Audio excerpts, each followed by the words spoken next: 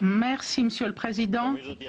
Je crois que cette séance aurait dû avoir lieu il y a bien du temps, parce que le débat que nous avons ici aujourd'hui ne concerne pas seulement l'avenir de la Grèce, mais également l'avenir de la zone euro.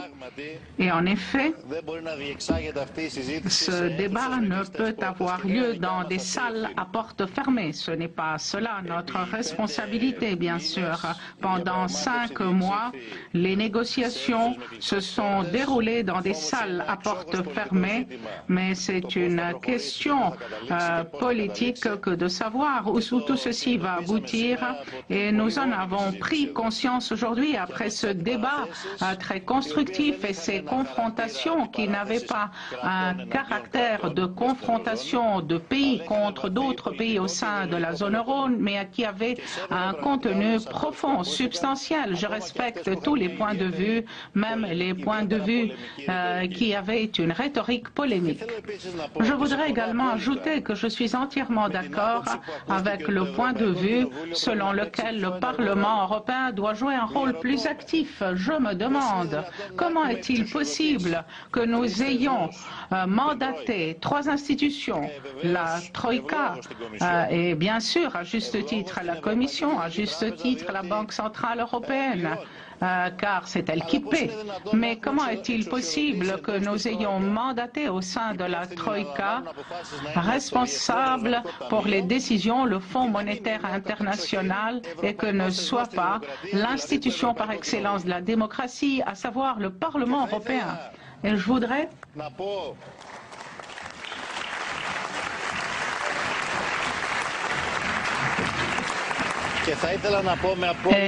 voudrais signaler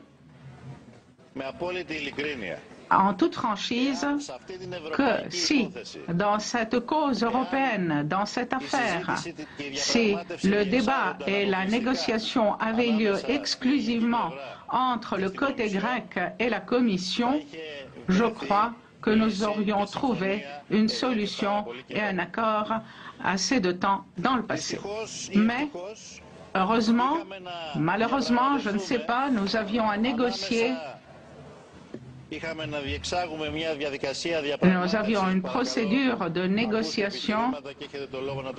Vous pouvez entendre les arguments et ensuite les réfuter. Nous avions l'obligation de discuter d'une part le gouvernement grec et d'autre part 3 institutions distinctes avec bien souvent des vues et des propositions divergentes et conflictuelles. Et c'est la réalité. Je voudrais en venir au fond et répondre à certaines questions qui ont été posées lors de notre débat. Première question, si le côté grec a déposé des propositions fiables ou non, c'est à vous de les juger. Le côté grec a déposé des propositions, un texte de 47 pages qui était le fruit, à notre avis, non pas nos propres propositions, mais le résultat d'un processus difficile de négociation. Malheureusement, l'image qui a été créée, c'est que la Grèce n'a pas déposé des propositions.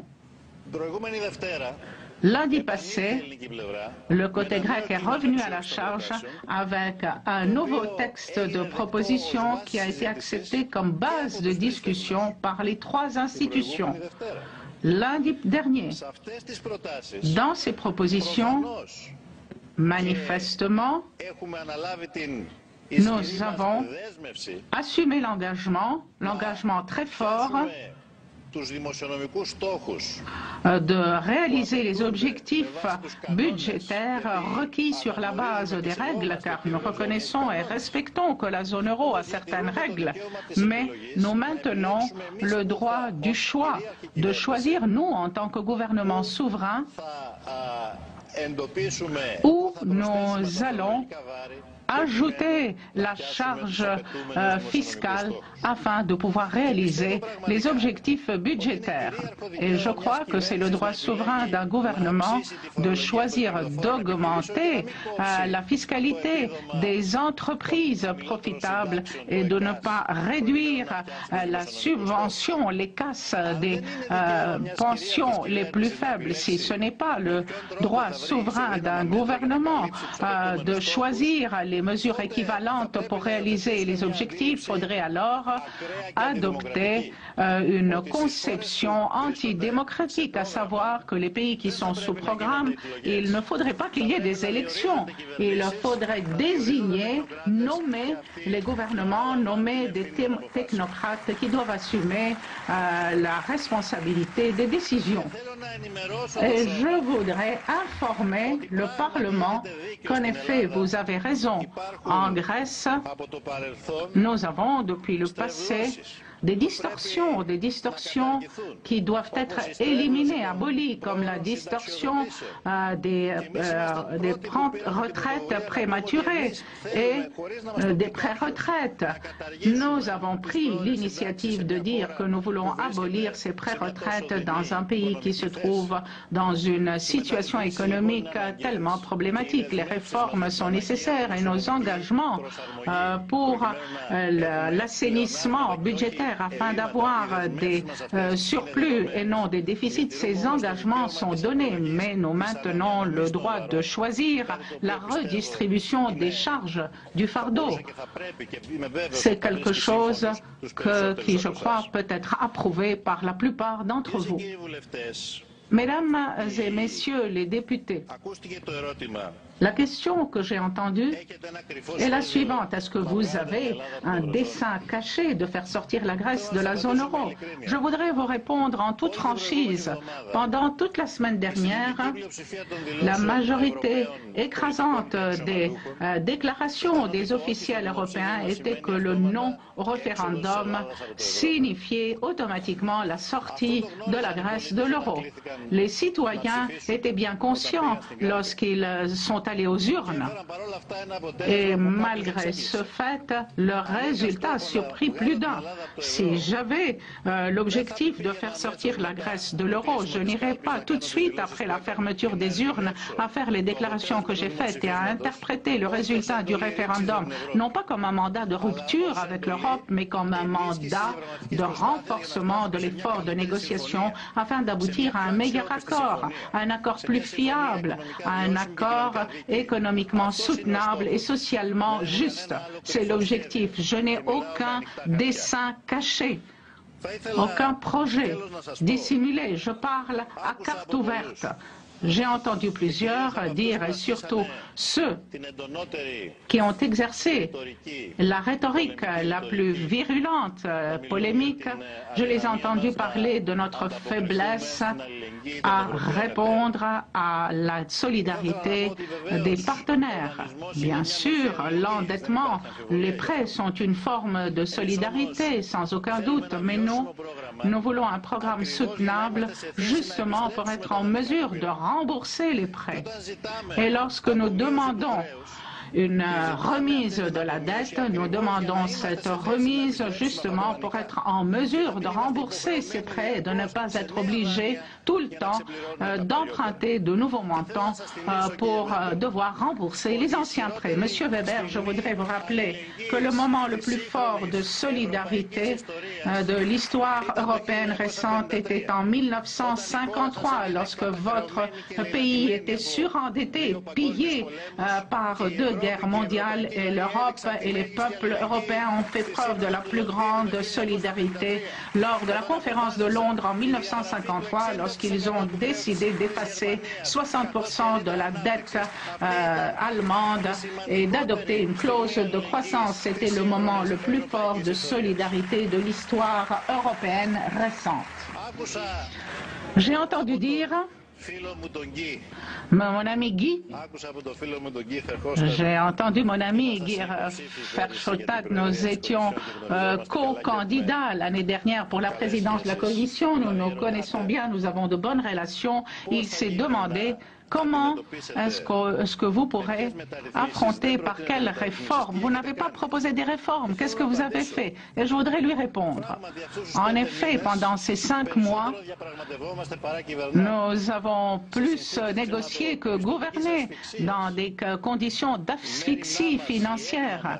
Notre souci, notre préoccupation était comment nous allions réussir à garder vivante l'économie grecque. Malgré ce fait, nous avons réussi certaines choses. Nous avons été ceux qui, après 5 ans, nous avons ouvert, après 3 ans, nous avons ouvert la fameuse liste Lagarde, la liste que certains ministres des gouvernements précédents ont jetée dans les oubliettes. Nous avons été ceux qui ont essayé de référer à la justice certains des évadés fiscaux. Les gouvernements précédents ne l'ont pas fait. Nous avons passé un accord avec la Suisse afin que les Grecs versent des taxes ceux qui avaient exporté leur argent à l'étranger. Nous avons une loi pour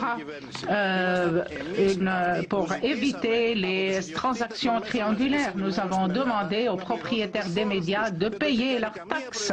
Aucun gouvernement précédent ne l'avait fait. Nous avons renforcé les contrôles douaniers afin de lutter contre la contrebande. Bien sûr, nous avons l'engagement de faire beaucoup plus de choses, mais nous n'avons pas eu le temps de faire beaucoup.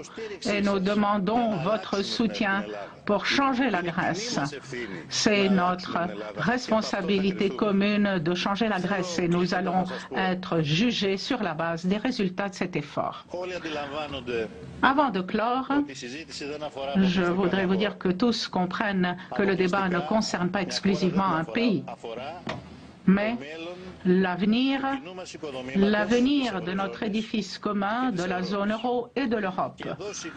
Et là, entre en conflit de stratégies diamétralement opposées pour l'avenir de l'intégration européenne. Assumons tous nos responsabilités. Le gouvernement grec, en ayant, et je voudrais ajouter ceci, malgré nos différences idéologiques, malgré tout ce qui nous sépare à l'intérieur, pendant un moment crucial, nous pouvons unir nos forces. Et avant-hier, sous la présidence du président de la République, toutes les forces politiques, nous sommes assis autour d'une table et nous nous sommes mis d'accord sur un cadre d'accord. Et demain, nous allons soumettre des propositions concrètes pour un accord juste, des propositions de réforme fiables. Mais en terminant, je voudrais ajouter que plusieurs se sont référés à la tragédie grecque antique.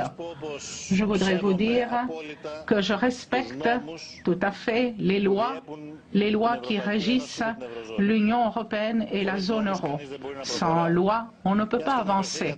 Mais puisque vous vous êtes référé à la tragédie grecque antique, je voudrais vous signaler qu'un des dramaturges les plus importants, Sophocle, avec son chef-d'œuvre Antigone, nous a appris qu'il y a des moments où la loi suprême, la loi supérieure à la loi des hommes, c'est le droit, la justice des hommes. Et je crois que ce moment est venu.